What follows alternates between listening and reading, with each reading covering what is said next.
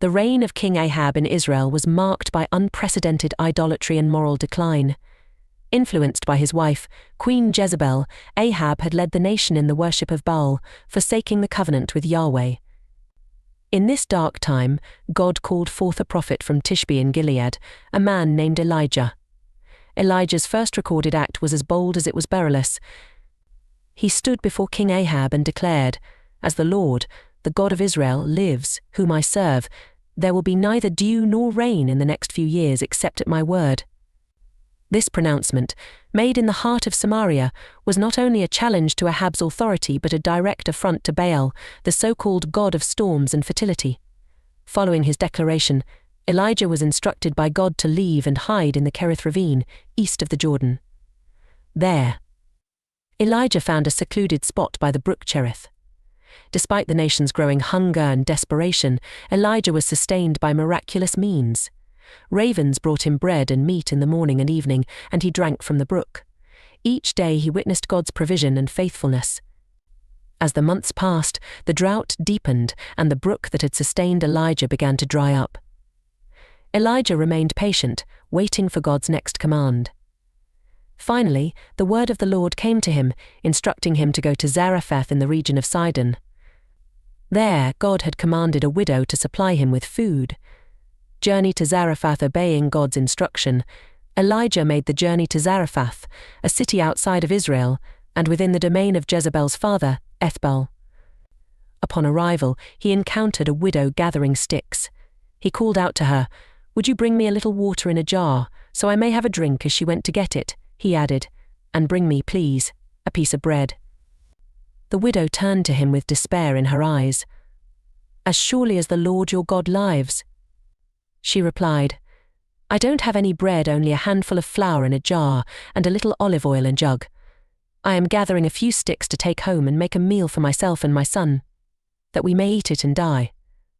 Elijah, moved by compassion and faith, said to her, "Don't be afraid. Go home and do as you have said. But first, make a small loaf of bread for me from what you have and bring it to me, and then make something for yourself and your son. For this is what the Lord, the God of Israel, says: the jar of flour will not be used up and the jug of oil will not run dry until the day the Lord sends rain on the land, the miracle of provision." Trusting Elijah's words, the widow did as he asked. True to the promise, her flour and oil did not run out. Day after day the supply remained, providing sustenance for Elijah, the widow, and her son throughout the famine. This miracle of provision became a daily testament to God's power and faithfulness, even in a foreign land dominated by idolatry. Resurrection of the widow's son. Tragedy struck when the widow's son fell ill and died.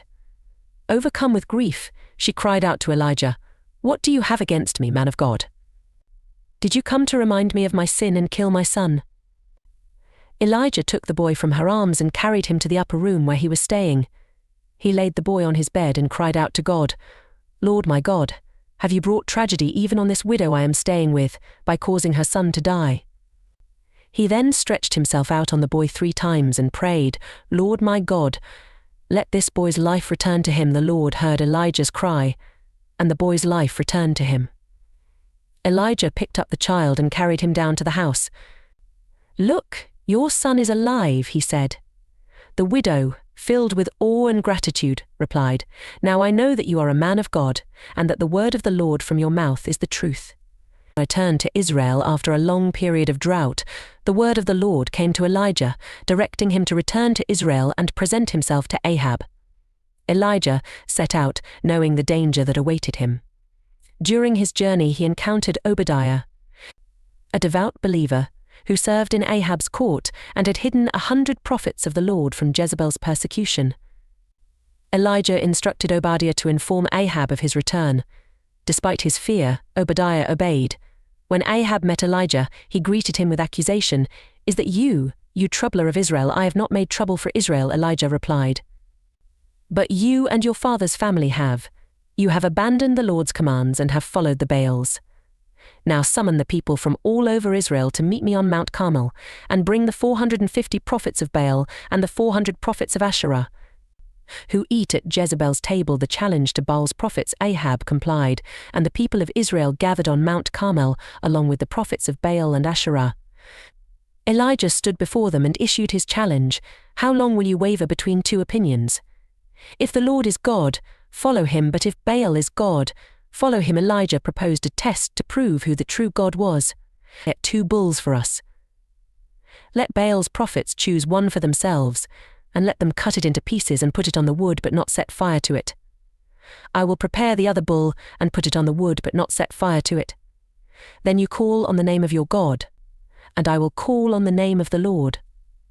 The God who answers by fire, he is God. The people agreed to the test. The prophets of Baal prepared their bull and called on Baal from morning till noon. They shouted, danced, and even cut themselves, but there was no response. Elijah mocked them, suggesting Baal might be deep in thought, busy, traveling, or sleeping. God's triumph when it was Elijah's turn, he repaired the altar of the Lord that had been torn down. He took 12 stones, one for each of the tribes descended from Jacob, and built an altar in the name of the Lord. He dug a trench around it, arranged the wood, cut the bull into pieces and laid it on the wood. Then he instructed the people to fill 4 large jars with water and pour it on the offering and the wood. They did this 3 times until the water ran down around the altar and filled the trench. Elijah stepped forward and prayed, Lord, the God of Abraham, Isaac, and Israel, let it be known today that you are God in Israel, and that I am your servant and have done all these things at your command. Answer me, Lord, answer me, so these people will know that you, Lord, are God, and that you are turning their hearts back again. Ahab's return and Jezebel's wrath. When Ahab told Jezebel everything Elijah had done and how he had killed all the prophets with the sword, Jezebel sent a messenger to Elijah, saying, May the gods deal with me, be it ever so severely. If by this time tomorrow I do not make your life like that of one of them. Elijah was afraid and ran for his life. He traveled to Beersheba in Judah and Jeddah and left his servant there. Then he went a day's journey into the wilderness.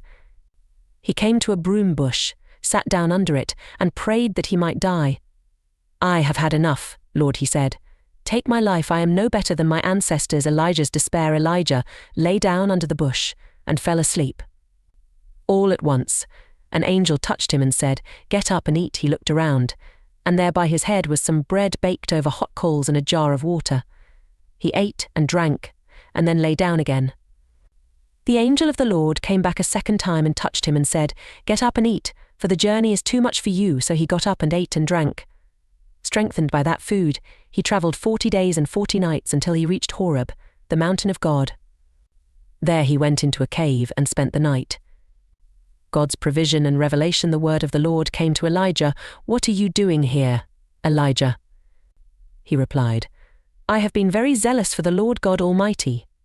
The Israelites have rejected your covenant, torn down your altars, and put your prophets to death with the sword. I am the only one left, and now they are trying to kill me too. The Lord said, Go out and stand on the mountain in the presence of the Lord, for the Lord is about to pass by. Then a great and powerful wind tore the mountains apart and shattered the rocks before the Lord. But the Lord was not in the wind. After the wind there was an earthquake, but the Lord was not in the earthquake. After the earthquake came a fire, but the Lord was not in the fire. And after the fire came a gentle whisper. When Elijah heard it, he pulled his cloak over his face and went out and stood at the mouth of the cave.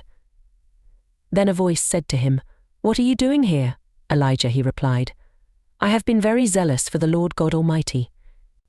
The Israelites have rejected your covenant, torn down your altars, and put your prophets to death with the sword. I am the only one left, and now they are trying to kill me too. The Lord said to him, Go back the way you came, and go to the desert of Damascus. When you get there, anoint Hazael king over Aram. Also anoint Jehu son of Nimshi king over Israel. And anoint Elisha son of Shaphat from Abel-Meholah to succeed you as prophet. Jehu will put to death any who escape the sword of Hazael, and Elisha will put to death any who escape the sword of Jehu. Yet I reserve 7,000 in Israel, all whose knees have not bowed down to Baal, and whose mouths have not kissed him.